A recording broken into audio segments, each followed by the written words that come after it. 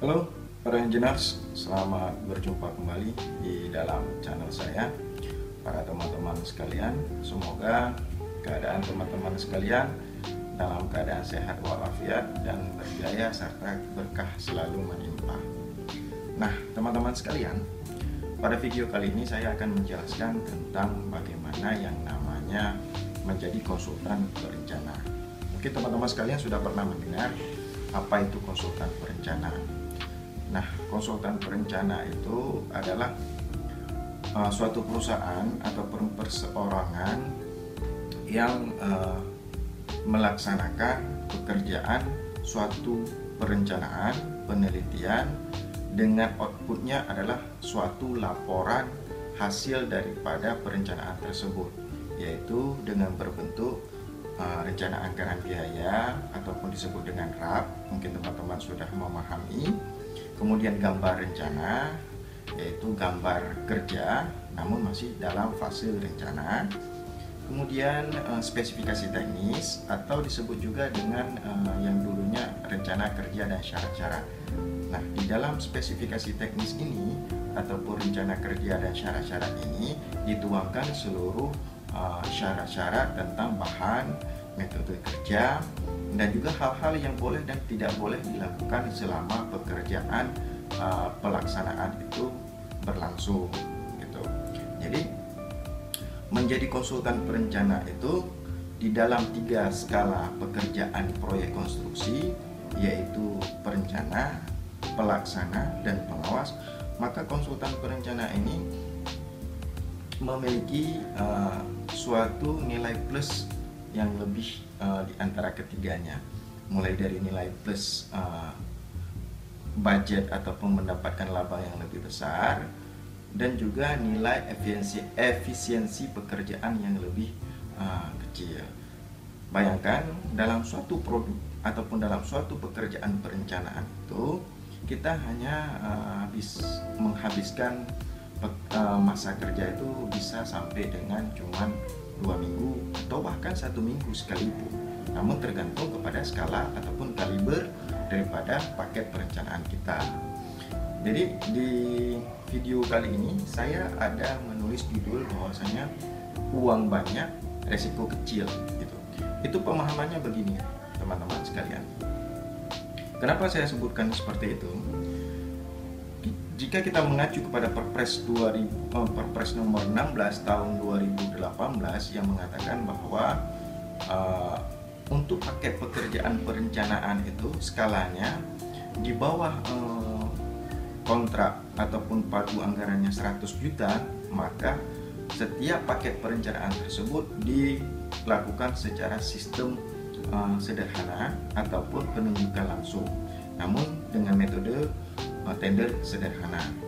Jadi berarti ibaratnya pekerjaan yang di bawah 100 juta itu untuk mendapatkan paket tersebut dengan cara PL ini menjadi suatu lahan yang besar ataupun suatu identifikasi yang besar bagi rekan-rekan yang sudah banyak berkompetisi di dinas tersebut, karena sistem PL ini adalah sistem diundang. Artinya ketika tender sederhana itu dibuka, maka hanya rekanan-rekanan yang diundang yang bisa memasukkan penawaran. Nanti saya akan bahas bagaimana cara kita menjadi suatu rekanan dinas ataupun rekanan instansi. Jadi bagi junior-junior, silahkan diikuti video ini untuk tahapan-tahapan bagaimana kita cara membangun perusahaan, bagaimana kita cara membangun relasi, bagaimana cara membangun koneksi. Karena seperti bahasa juga, banyak relasi, banyak rezeki. Nah, seperti itu. Nah, kembali lagi kepada konsultan perencana. Kenapa saya sampaikan uang banyak namun resiko kecil begini? Kita masuk dulu sebagaimana contoh. Misalnya dalam suatu pekerjaan konstruksi itu fisiknya, pelaksanaan kontraktornya itu misalnya paketnya adalah 2,5 miliar itu untuk pagu anggaran misalnya. Nah, 3% dari 2,5 miliar itu adalah tahapan miliknya si perencana itu. Misalnya 2,5 miliar, 1% itu 25 juta. berarti 2% 50 juta 75 juta. Katakanlah nggak diambil karena ringnya itu 1 sampai dengan 3%. Katakanlah nggak diambil 3%. Kita asumsikan 50 juta untuk paket perencanaannya dengan fisik kontraktornya itu 2,5 miliar. Nah, pekerjaan 50 juta untuk paket perencanaan ini maka dilakukan dengan sistem PL ataupun tender sederhana karena mengacu kepada Perpres nomor 16 tahun 2018 seperti yang saya sebutkan tadi. Nah, ketika kita mendapatkan pekerjaan perencanaan itu sebesar dengan kontraknya kita 50 juta, katakanlah pekerjaan kita itu merencanakan suatu bangunan puskesmas misalnya. Nah, puskesmas ini kan kategorinya kecil, bukan rumah sakit tapi puskesmas. Jadi kategorinya kan kecil. Jadi pada saat kita mendapatkan kontrak untuk melaksanakan perencanaan suatu gedung, dalam tanda kutip konteksnya ini adalah puskesmas, maka tahapan-tahapannya itu kembali kepada kontrak kita. Misalnya di dalam kontrak biasanya yang sudah kami lakukan dan biasanya yang saya amati di sini, di lingkungan saya di Aceh, itu di dalam kontrak itu kita hanya menyiapkan yang pertama adalah rencana anggaran biaya ataupun RAP seperti yang saya sebutkan di awal tadi. Yang kedua gambar rencana. Gambar rencana ini meliputi seluruh detail daripada bangunan tersebut. Kemudian yang ketiga adalah RKS ataupun rencana kerja dan syarat-syarat. Nah, 3 ini adalah item yang paling krusial yang harus disiapkan di dalam kontrak tersebut. Jadi bila mana ada paket pekerjaan ini mungkin besar di atas 100 juta, di dalam produk perencanaan juga nanti diwajibkan dilampirkan dengan laporan awal, laporan pendahuluan, laporan antara dan laporan akhir, atau bahkan harus disisipkan dengan laporan sondir, laporan hitungan struktur dan sebagainya. Namun itu kembali lagi kepada nilai kontrak perencanaan kita. Jadi semakin besar nilai kontrak kita, semakin besar juga kebutuhan atas hitungan si produk perencana ini, maka semakin banyak item yang harus dilampirkan ataupun laporan yang harus disajikan, disiapkan oleh si konsultan perencana. Misalnya untuk pekerjaan perencanaan suatu gedung dengan tipikal gedung adalah konstruksi 3 lantai. Jadi di situ nanti diwajibkan pasti harus ada laporan sondir, laporan survei awal, laporan hitungan struktur, dan seperti yang saya sebutkan laporan pendahuluan, antara, dan akhir. Jadi tergantung kepada kaliber kontrak ataupun skala kontrak kita. Jadi kita kembali lagi kepada kontrak awal. Jadi saya lebih suka menjelaskan itu pekerjaan kecil-kecil saja. Kenapa? Karena pekerjaan kecil ini mungkin peluangnya bisa kawan-kawan ataupun teman-teman lakukan. Jadi kalau kita berbicara terlalu besar, terlalu tinggi, mungkin teman-teman pun untuk menghadapi ataupun mengikuti yang itu peluangnya agak kecil karena kompetisi ataupun kompetitor di luar itu terlalu besar bagi engineer. Nah, kembali lagi kepada paket kecil kita itu dengan kontrak anggarannya adalah 50 juta yang pekerjaannya adalah perencanaan suatu puskesmas gitu. Jadi pada saat kita melaksanakan pekerjaan perencanaan tersebut dengan menyiapkan produk laporan yang seperti yang saya sebutkan tadi ada 3, maka jika kita adalah seorang teknik sipil dan mempunyai basically skill menghitung graf, menggambar, dan mengurai narasi untuk spesifikasi teknis dan RKS, saya rasa ketiga produk ini bisa kita lakukan sendiri. Gak percaya? Saya sudah membuktikannya. Jadi RAP, pertama kita buat gambar dulu. Kita buat gambar. Saya kasih suatu bocoran. Makanya sejak dari dini bagi adik-adik mahasiswa, bagi teman-teman, bagi junior dan bagi senior yang mau upgrade ilmu. Jadi sejak dari dini itu langsung koleksi seluruh data CAD ataupun form AutoCAD ataupun bahan-bahan gambar kerja AutoCAD, apapun itu koleksi aja, simpan saja di laptop, simpan saja di manapun. Karena kenapa? Suatu saat kita akan membutuhkannya gitu. Memang tidak kita butuhkan secara mentah, namun kita edit, kita improve sesuai dengan kebutuhan kita apabila ada pekerjaan. Gitu.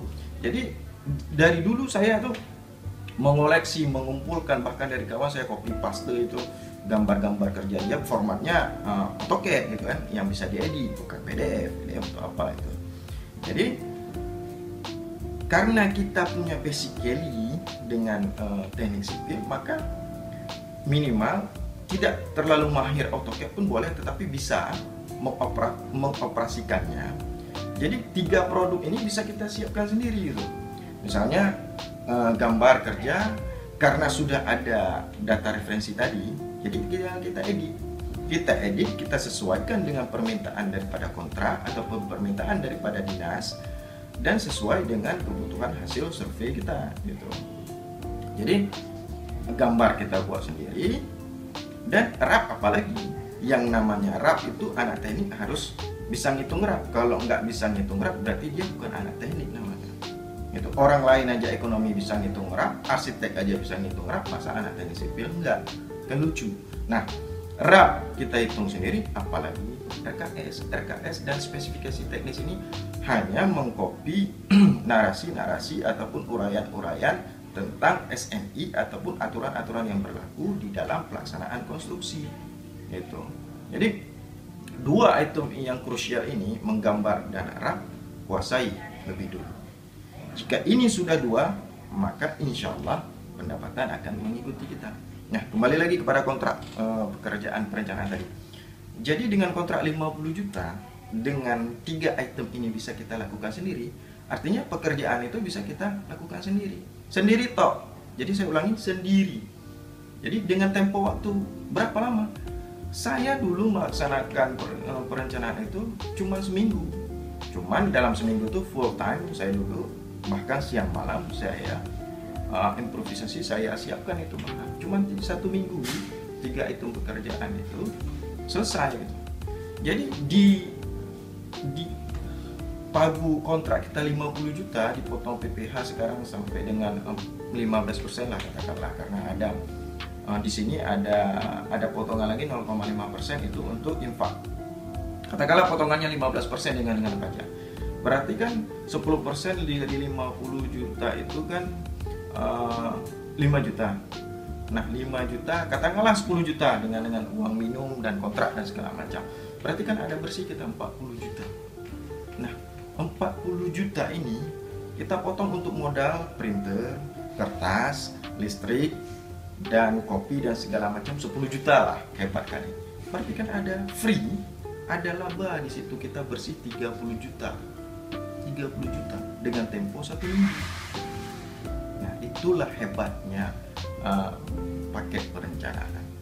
Jadi bisa kita bilang, bisa saya sebutkan bahwasanya paket perencanaan itu dengan kategori kaliber kecil, bukan yang kaliber besar, itu 60-70% itu sudah laba atau untung. Nah, gitu. Jadi bagi teman-teman, cobalah saat keluar dari kuliah itu masuk dulu di konsultannya. Kenapa saya bilang demikian? Kontraktor itu hanya ilmu penerapan dan eksekusi di lapangan. Ketika kita bekerja di konsultan, bahkan di konsultan pengawas, kita juga akan mendapati ilmu kontraktor.